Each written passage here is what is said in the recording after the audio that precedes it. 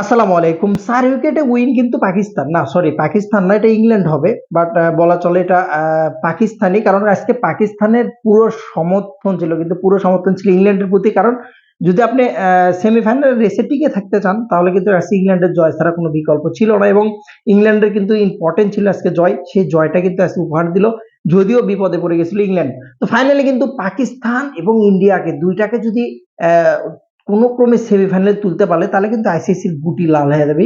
এটা কিন্তু মানে বলার অপেক্ষা রাখে না। আইসিসি কিন্তু সর্বোচ্চ চেষ্টা করবে।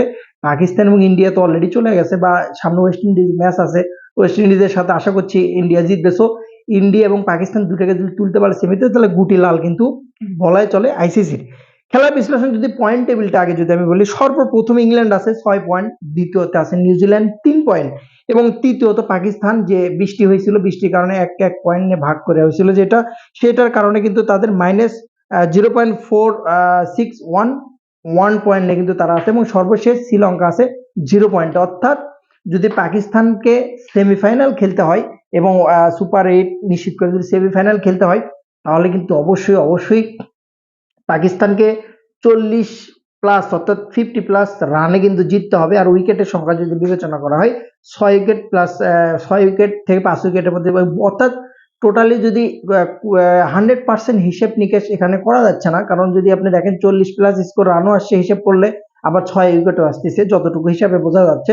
অবশ্যই শ্রীলঙ্কার সাথে একটা বড় জয় লাগবে পাকিস্তানের, তাহলে কিন্তু সম্ভব নিউজিল্যান্ডকে পিছিয়ে ফেলে আবার অলরেডি কিন্তু কোয়ালিফাই করে ফেলবে পাকিস্তান। তো পাকিস্তানের বিষয়ে যদি আমি বলি, যে যে টিম, মানে টিম ম্যানেজমেন্ট কি দেখে টিম দেয় নিজেও আমি জানি না। আজকে ইংল্যান্ডের যে ম্যাচটা যদি আপনি দেখতে পারতেন, ইংল্যান্ডের থেকে যদি পাকিস্তান শিখতে পারে, তাহলে অনেকটাই মনে হয় পাকিস্তানের জন্য উপকৃত হবে।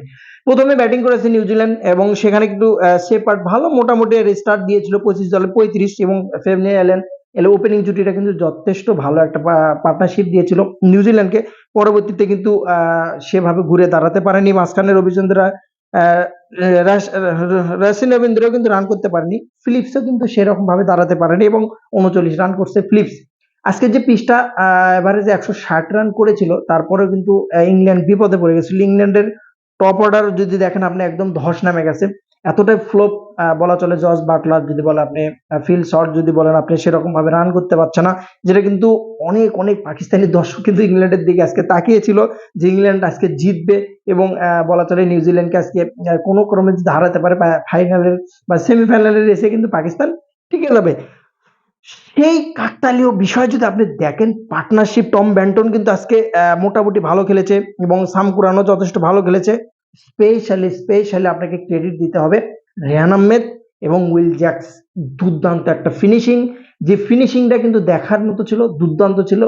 এক ওভারে যখন ফিলিপস অর্থাৎ যখন আসলো প্রথমে বোলিং এ আসলো, ওই সময়টা আমি মনে করি নিউজিল্যান্ডের বড় ভুল। এক ওভারে 18 রান দিয়ে কিন্তু ম্যাচটাকে ঘুরিয়ে দিয়েছে উইল জ্যাক্স এবং রেহান আহমেদ। এই যে ম্যাচটা, এটা কিন্তু ইংল্যান্ডের হাতের বাইরে চলে গেছিল। 50 রানে কিন্তু চার চারটা উইকেট পড়ছিল, পাওয়ার প্লেটাও কিন্তু ঠিকঠাক ভাবে আদায় করতে পারেনি। সর্বোপরি সর্বোপরি সব সময়ের জন্য কিন্তু চাপে ছিল England. But what a finishing, দেখার মতো উইল জ্যাক্স এবং রেহান আহমেদ দুর্দান্ত একটা ফিনিশিং দিয়েছে। বোলিং আমি বলবো যে নিউজিল্যান্ড মোটামুটি ভালো করেছে, বাট মাঝের বলার না টি-20 খেলা, একটা ওভার বা দুইটা ওভারে কিন্তু চেঞ্জ হয়ে যায়। সেই জিনিসটাই কিন্তু হয়েছে, যেটা যে ইংল্যান্ডের ক্ষেত্রে ফুল চান্স নিয়ে নিয়েছে। তাদের যেহেতু অনেকগুলো ব্যাটিং, ইংল্যান্ডের যদি আপনি স্কোয়াডটা দেখেন, তারা কিন্তু 9 নম্বর পর্যন্ত ব্যাটিং করতে পারে। এরপরেও যদি আউট হতো, 6টা আউট হওয়ার পরেও যদি আউট হতো, দওসন ছিল। তো দেখেন ইংল্যান্ডের যে ব্যাটিং লাইন আপ, অনেক বড় লম্বা ব্যাটিং লাইন আপ। বোলিং এর দিক থেকে ব্যাটিং এর তারা কিন্তু অনেকটা শক্তি, যদিও জর্জ বাটলার আহামরি ফর্মে নাই। সর্বশেষ আপডেট যেটা, ইংল্যান্ড কিন্তু উইন এবং পাকিস্তানের আশাটা কিন্তু বাঁচিয়ে রাখলো, এবং পাকিস্তান ভক্তদের জন্য বলা চলে সুসংবাদ। যদি পাকিস্তান ঠিকঠাক ভাবে ক্রেডিট নিয়ে ঠিকঠাক ভাবে যদি ম্যাচটা যদি জিততে পারে শ্রীলঙ্কার সাথে, এবং যদি ঠিকঠাক ভাবে ব্যাটিংটা, টপ অর্ডারটা, ওপেনিংটা এবং মিডল অর্ডারটা, আমি যদি মনে করি যে পাকিস্তানের 100% ওপেনিং চেঞ্জ করা উচিত, 100% সিয়ামের জায়গা 100% ফকরকে ট্রাই করানো উচিত, সাথে সাহেবজাদা ফারহান।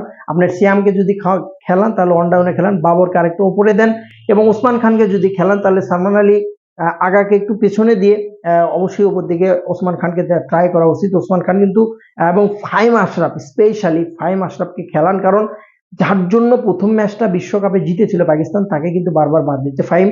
জানি না লাস্ট আপডেট ফাহিমের ইনজুরি কিনা, তবে পাকিস্তানের যে দর্শক আছে তারা কিন্তু আজকে অনেক হ্যাপি, অনেক খুশি তারা, যে লাস্ট ম্যাচ দেখা যাক শ্রীলঙ্কাকে হারাতে পারে কিনা পাকিস্তান, সময় সাপেক্ষে বলে দেবে।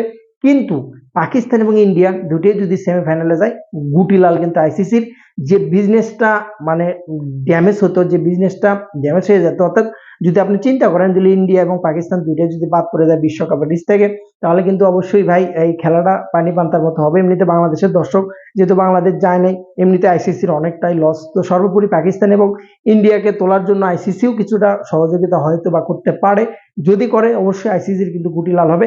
ওয়েস্ট ইন্ডিজের সাথে ম্যাচটা ভারতের ইম্পর্টেন্ট, শ্রীলঙ্কার সাথে পাকিস্তানের ম্যাচটা ইম্পর্টেন্ট, দুইটা ম্যাচ অনেক অনেক অনেক ইম্পর্টেন্ট দুইটা টিমের জন্য। Best of luck England, specially পাকিস্তানকে এত সুন্দর একটা সুযোগ এবং এত সুন্দর একটা সুযোগ করে দেওয়ার জন্য।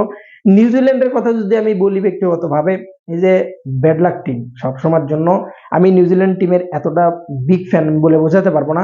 কেন উইলিয়ামসন থেকে শুরু করে যারা আছে এখন, রবীন্দ্র থেকে শুরু করে টোটালি আমার কাছে খুব ভালো লাগে। এবং সেই ইংল্যান্ডের সাথে যে বিশ্বকাপটা হয়েছিল নিউজিল্যান্ডের, তখন থেকেই এবং তার আগে থেকে অনেক বড় ফ্যান আমি নিউজিল্যান্ডের স্মার্ট ক্রিকেট এবং স্মার্ট বিহেভিয়ার, এবং বলা চলে যে নিউজিল্যান্ডের ক্রিকেটের সবচেয়ে ভদ্র খেলোয়াড়দের বা কান্ট্রির ভিতরে একটা বলা চলে নিউজিল্যান্ড।